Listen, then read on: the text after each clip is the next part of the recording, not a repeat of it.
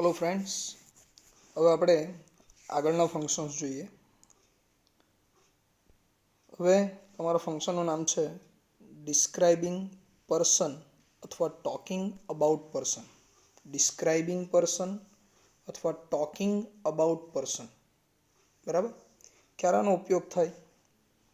તો વ્યાખ્યા એવું કહે છે કે કોઈ ચોક્કસ વ્યક્તિની ઓળખ આપવી હોય, કોઈ વ્યક્તિને દર્શાવવા માટે અથવા એની ચોક્કસ ઓળખ દર્શાવવા માટે ડિસ્ક્રાઇબિંગ પર્સન અથવા ટોકિંગ અબાઉટ પર્સન નામના ફંક્શનનો ઉપયોગ થાય છે. કેવી રીતે ઓળખશો આને? તો આના માટેની હિન્ટ આપેલી છે. હિન્ટને જુઓ.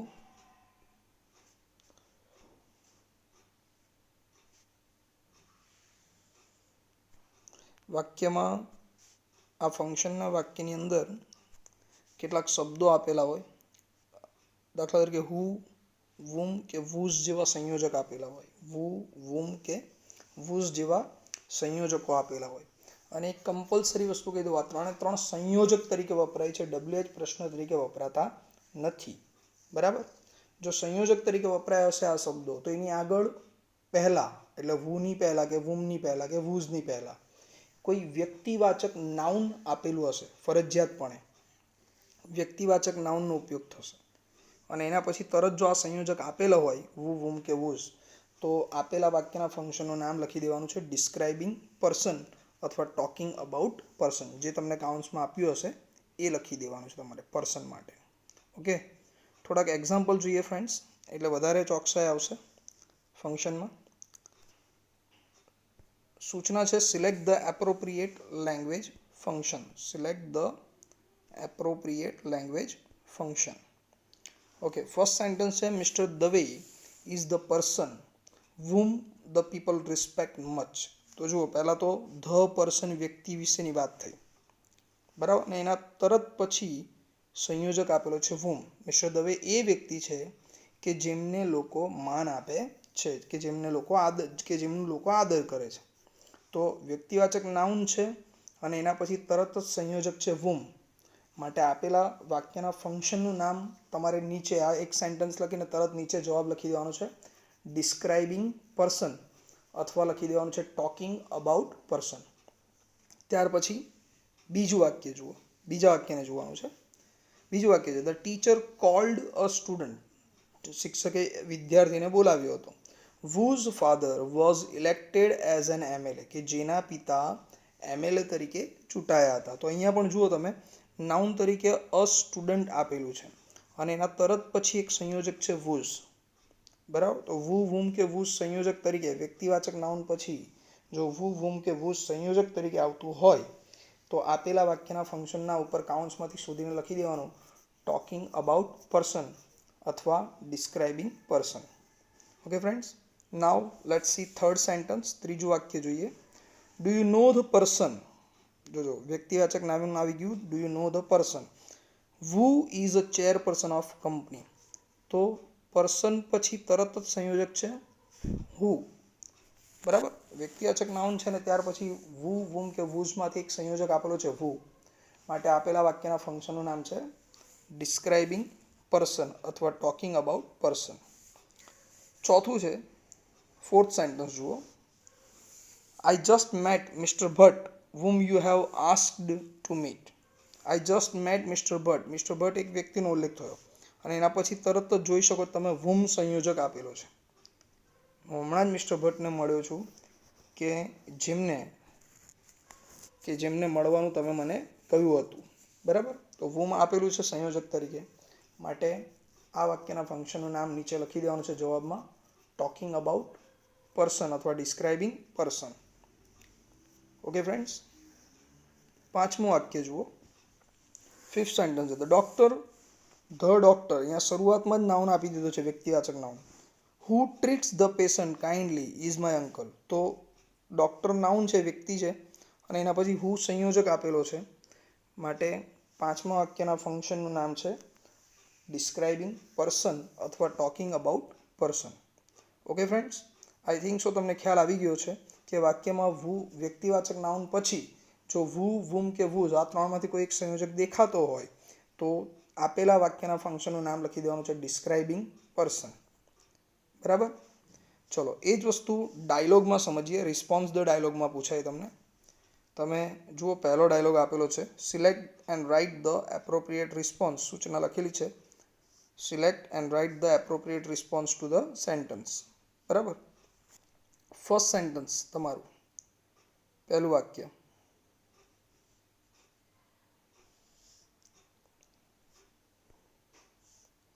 ઋતુવા બોલે છે. ઋતુવા, હેવ યુ રીડ ચેતન ભગત? તો રીમા એનો જવાબ આપે છે. એણે યસ કહ્યું અને ત્યાર પછી અધૂરું વાક્ય છોડી દીધું છે. કાઉન્સમાં ફંક્શનનું નામ લખ્યું છે ડિસ્ક્રાઇબિંગ પર્સન.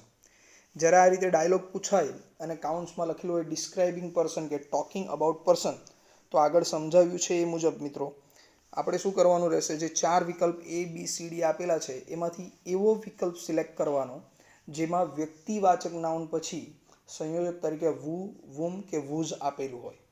જે વાક્યમાં, જે વિકલ્પમાં તમને આ સંયોજકો દેખાય એ તમારો આન્સર હશે. બરાબર. એ વિકલ્પ તમારો આન્સર હશે આ ડાયલોગનો. તો જુઓ પહેલું વાક્ય આપણે ચેક કરીએ. પહેલું વાક્ય છે યસ આઈ હેવ રીડ હિમ. તો આ તો એક સામાન્ય હકારાત્મક વિધાન વાક્ય છે. એમાં કોઈ વ્યક્તિનો ઉલ્લેખ નથી, માટે આ તમારો જવાબ નથી. બીજો વિકલ્પ જુઓ, Chetan Bhagat is the writer whose books have won many awards.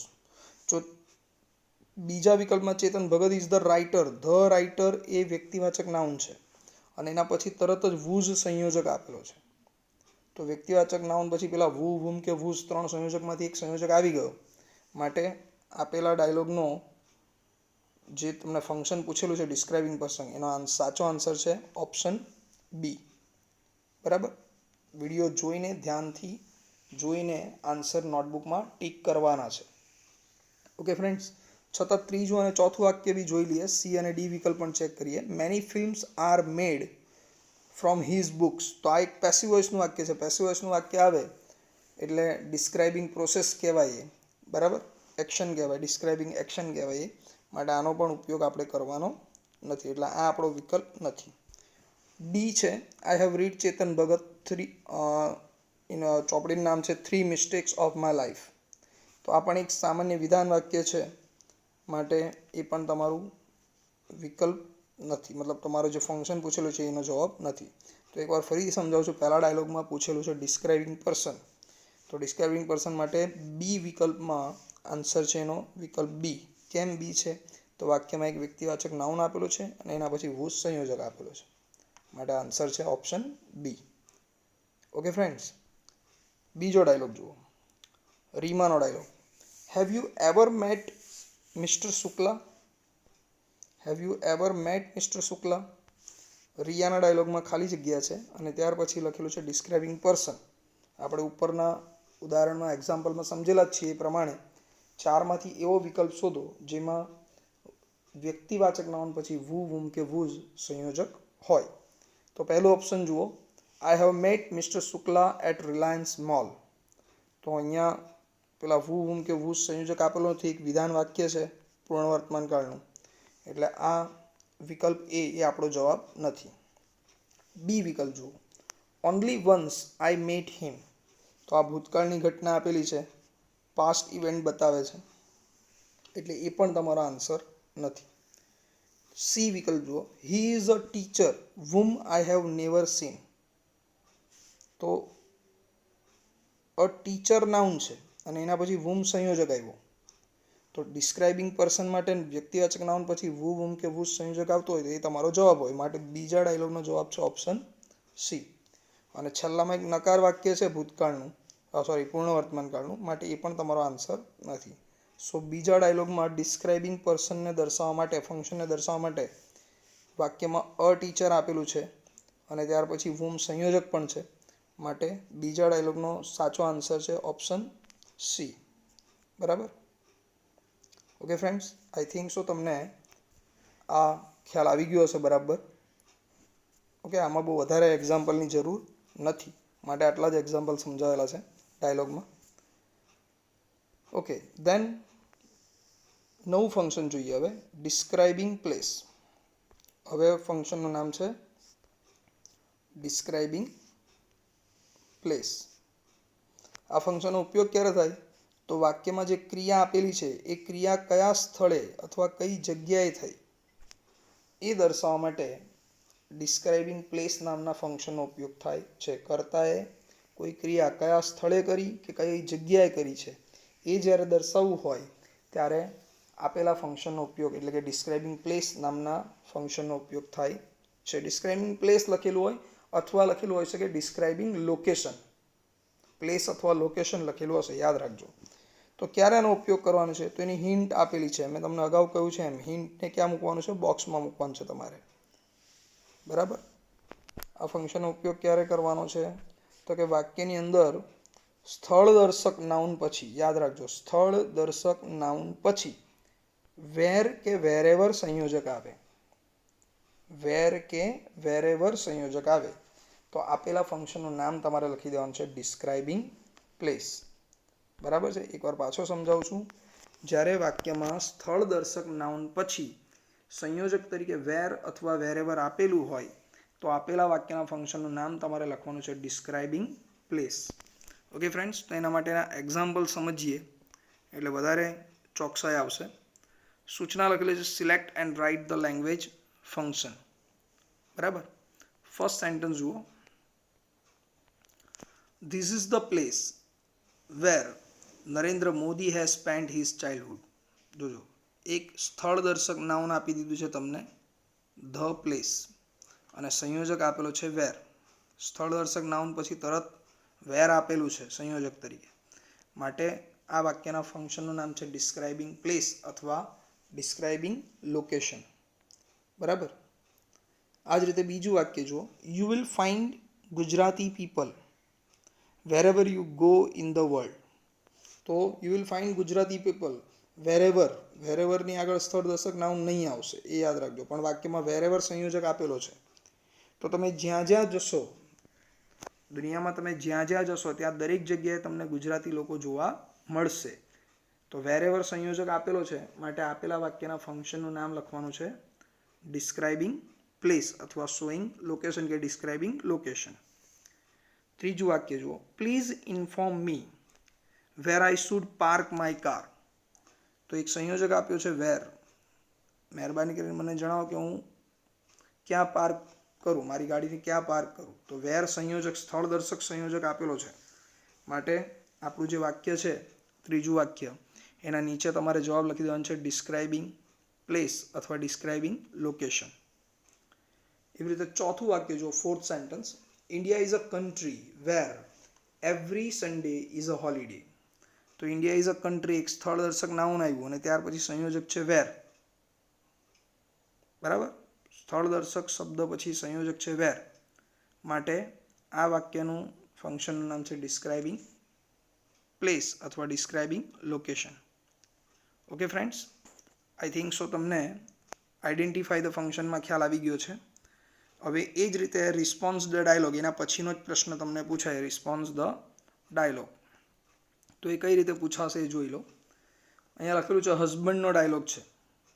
Wear is the remote of AC. Where is the remote of AC. બરાબર. ડાયલોગ જ્યારે બી નોટમાં લખો છો ત્યારે વિડીયો ખાસ જોવાનો અને એમાં જોઈને જ આન્સર ટીક કરવાના નોટબુકમાં. વાઇફના ડાયલોગમાં તમને ખાલી જગ્યા છે, ઉપર હસબન્ડનો એક પ્રશ્ન છે અને નીચે વાઇફના ડાયલોગમાં ખાલી જગ્યા છે. અહીંયા કાઉન્ટ્સમાં ફંક્શનનું નામ લખેલું આવશે ડિસ્ક્રાઇબિંગ પ્લેસ અથવા ડિસ્ક્રાઇબિંગ લોકેશન લખેલું આવશે. બરાબર. તો આપણે શું ધ્યાન રાખવાનું છે? એવો વિકલ્પ શોધવાનો કે જેની અંદર વેર કે વેરેવર આપેલું હોય. સંયોજક તરીકે વેર અથવા વેરેવર, સંયોજક તરીકે, પ્રશ્નાર્થ શબ્દ તરીકે નહીં. બરાબર. ચલો પહેલો વિકલ્પ ચેક કરો. It is on the table. તો આ તો સીધું સ્થળ દર્શક મતલબ એક વિધાન વાક્ય છે એટલે એનો ફંક્શન તરીકે ઉપયોગ થતો નથી. એટલે કે આપણને જે પ્રશ્ન ફંક્શન પૂછેલું છે ડિસ્ક્રાઇબિંગ પ્લેસ એ આમાં નથી આપ્યું. બી વિકલ્પ. I have put it in the drawer. તો એમાં પણ કોઈ સ્થળ દર્શક સંયોજક આપેલો નથી માટે ઓપ્શન બી પણ એ આપણો જવાબ નથી. ઓપ્શન સી જુઓ. It is near the bed where we sleep. તો ધ બેડ એક સ્થળ દર્શક શબ્દ થયો અને ત્યાર પછી વેર સંયોજક પણ આપેલો છે માટે આપણને જે ડાયલોગ પૂછેલો છે પહેલો ડાયલોગ એનું જે ફંક્શન છે ડિસ્ક્રાઇબિંગ પ્લેસ એનો સાચો જવાબ છે ઓપ્શન સી. છેલ્લામાં એક નકાર વાક્ય છે એટલે ડી વિકલ્પ પણ આવશે નહીં. તો એકવાર પાછો સમજાવું છું. ડિસ્ક્રાઇબિંગ પ્લેસ દર્શાવવા માટે વાક્યમાં ધ બેડ સ્થળ દર્શક નાઉન પછી વેર સંયોજક આપેલો છે માટે પહેલા ડાયલોગનો સાચો આન્સર છે option C. Okay friends, next બીજું વાક્ય જોઈએ.